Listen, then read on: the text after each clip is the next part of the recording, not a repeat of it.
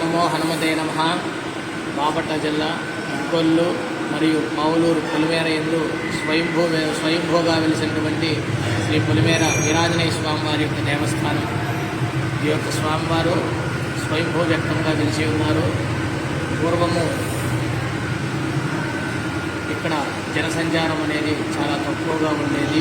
ఇది యొక్క అడవి ప్రాంతంలాగా ఉండేది. ఈ ప్రాంతము సాయంకాల సమయమున 5 దాటితే ఈ యొక్క ప్రాంతంలో జనసంచారం తిరుగుకుండా చాలా భయ ప్రాంతాలతో కూడి ఉన్నవారే ఉంటారు.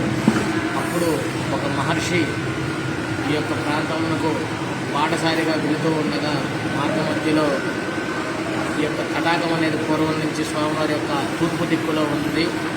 సంధ్యా సమయం అవ్వడం వల్ల ఆ యొక్క సాధువు ఈ ప్రాంతంలో ఇక్కడే ఉండి స్వామివారి సంధ్యా కార్యక్రమాలన్నీ నెరవేర్చుకొని మన మీద కూడా దయ్యాలు దాడి చేయడం వల్ల ఇక్కడ ఉండే ప్రాంత ప్రజలకు ఆంజనేయ స్వామివారు తప్పనిసరిగా ఉండాలని చెప్పి ఆయన యొక్క తపోశక్తిని ప్రకృతిలో తారపోయేగా కొంతకాలమునకు ఈ స్వామివారు వెలిసిన ప్రదేశం అంటే పైన గరుడ పక్షి తిరుగుతూ ఉండగా అది గమనించినటువంటి భక్తులు ఆ యొక్క ప్రాంతంలో ఉన్నటువంటి ముళ్ళ పొదలు బ్రహ్మజోడు మొక్కల పొదలన్నీ తొలగించగా అక్కడ ఈ యొక్క స్వామివారు స్వయంభూ విగ్రహంగా భూమిలో నుంచి వెలిసి ఉన్నారు.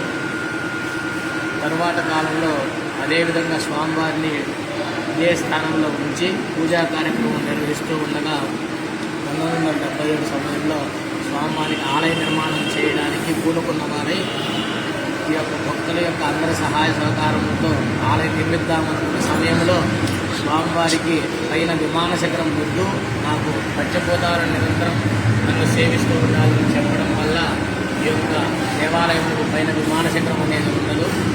పంచభూతాల స్వామివారిని నిరంతరం సేవిస్తూ ఉంటాయి. ఇక్కడ విశేషం ఏంటంటే వచ్చినటువంటి భక్తులు వారి యొక్క స్వహస్తాలతో స్వామివారిని తాకి పూజ చేసుకునేటువంటి అవకాశం కల్పించి ఉన్నారు. అదేవిధంగా ఇక్కడ వైశాఖ మాసంలో వచ్చేటువంటి త్రయోదశి, చతుర్దశి, పౌర్ణమి అంటే ఈ యొక్క 2026వ సంవత్సరం 29 ఏప్రిల్ నెల మరియు 30వ తేదీ మే 1వ తేదీన తిరునాళ మహోత్సవ కార్యక్రమం ప్రతి సంవత్సరం వైశాఖ మాసంలో జరుగుతూ ఉంటుంది.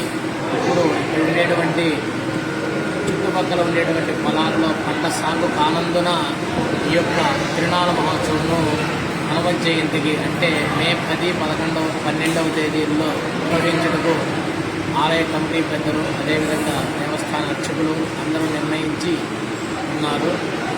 ఈ యొక్క తిరునాళ్ళను అందరూ ఇచ్చేసి జయప్రదం చేయవలసిందిగా కోరుతున్నాము. ఓం నమో హనుమతే నమః. ఇక్కడ